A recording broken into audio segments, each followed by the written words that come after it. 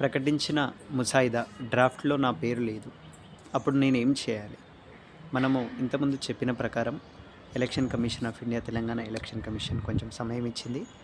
ఆలోపు మనం విజ్ఞప్తులు ఇవ్వాలి. ఆ విజ్ఞప్తి ఎలా ఇవ్వాలి? అసలు ప్రకటించిన ముసాయిదాలో మీ పేరు లేనట్లయితే మీరు ఫామ్ 6ని ఎంచుకోండి. ఫామ్ 6 అనేది మనం ఎలాగైతే కొత్త ఓటు అప్లై చేస్తామో, అంటే 18 సంవత్సరాలు నిండిన యువతీ యువకులు ఓటు కోసం అప్లై చేస్తారో అప్పుడు ఫామ్ 6 నింపడం జరుగుతుంది.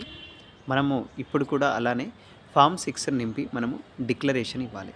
ఒకవేళ ఇలా నింపి మీరు ఇచ్చినట్లయితే ముసాయిదాలోకి మీరు పేరు వస్తుంది. అలాగే ఫామ్ 7 మెయిన్గా అభ్యంతరాల గురించి, అంటే ఒక కుటుంబంలో వ్యక్తి మరణించినప్పటికీ ముసాయిదాలో ఉండడం, లేదా 2 ఓట్లు ఉండడం అనేది, ఇలాంటి అభ్యంతరాల కోసం మనం ఫామ్ 7ని మనం విజ్ఞప్తిలాగా ఇవ్వవచ్చు.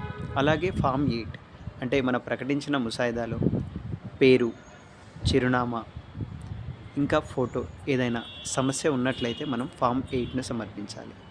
అందుకే ముసాయిదాలో పేరు లేనంత మాత్రాన ఎవరూ భయపడాల్సిన అవసరం లేదు. ఎందుకంటే తెలంగాణ ఎలక్షన్ కమిషన్ అధికారులు కూడా ఇదే చెప్తున్నారు. ఫామ్ 6, ఫామ్ 7, ఫామ్ 8ను మనం సద్వినియోగం చేసుకొని మన ఆధారాలు కరెక్ట్గా సమర్పిస్తే కనుక ముసాయిదాలో మీ పేరు ఖచ్చితంగా ఉంటుంది.